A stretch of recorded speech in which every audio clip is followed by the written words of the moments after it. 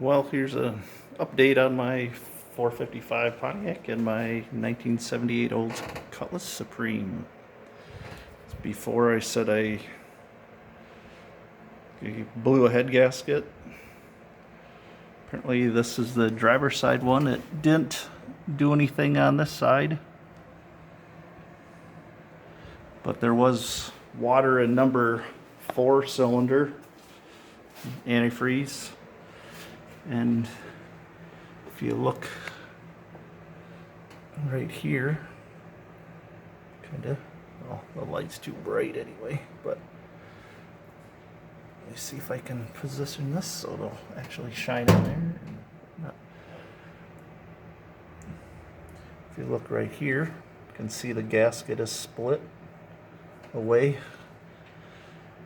And apparently the water, I don't know which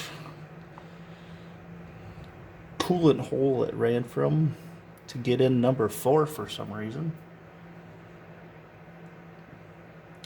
Guess I'll look at the head, but you can see it's pretty close. I know 2 years ago I had the issue where it blew here to where it was sharing compression between 4 and 6, and then 5 and 7 on the other side, but there was no water in the cylinders. I did measure it quickly across there in the centers of all the cylinders, and is low. It did need to be decked then. The heads need to be milled. I think they were milled once before. But these were a thinner gasket. Like they're the Felpro high performance ones. So they're a little thinner, raise the compression a little bit. The previous head gaskets were Felpros too, but they were kind of I think just the rebuilder kit ones you get. Like, see, I got another new set of them right here for the other engine on the stand. But I think a lot of this is the heads. I can take this off.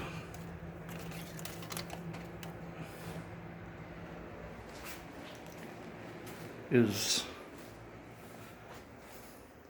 not a lot of, I think the gasket actually overhangs the cylinder.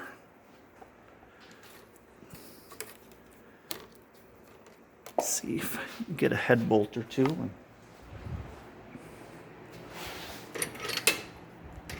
Kind of get it so it sits up in where it's supposed to be.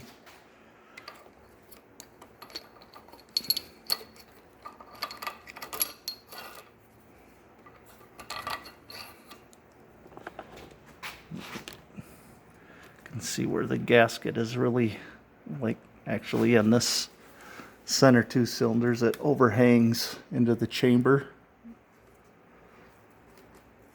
I guess they all do. But these look like the outer ones look like it's all metal ring. But these two should actually, I think, should be the same as them, because they run a little hotter with the exhaust.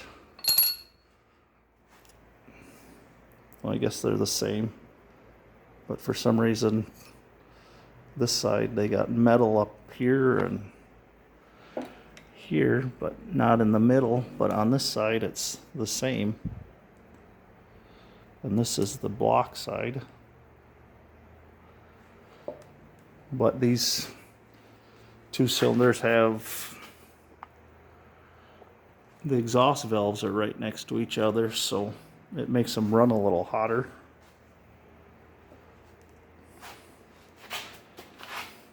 And the chambers are opened up. These are a closed chamber head, or were 1967 670s. I think it was the first year for the big bigger intake valves like at 211 and the 177 exhausts. But you can see the two exhaust valves are right next to each other on the center of the exhaust ports. Guess I use red silicone to seal the headers because it's kind of a pain to get at the bolts and everything and hold gaskets in, and the headers aren't exactly perfect. They're kind of homemade ones, or I bought them for cheap and modified them to fit, because there's not, I think there was one company called Mad Dog that actually made headers for a Pontiac in a GA body from 78 to 88.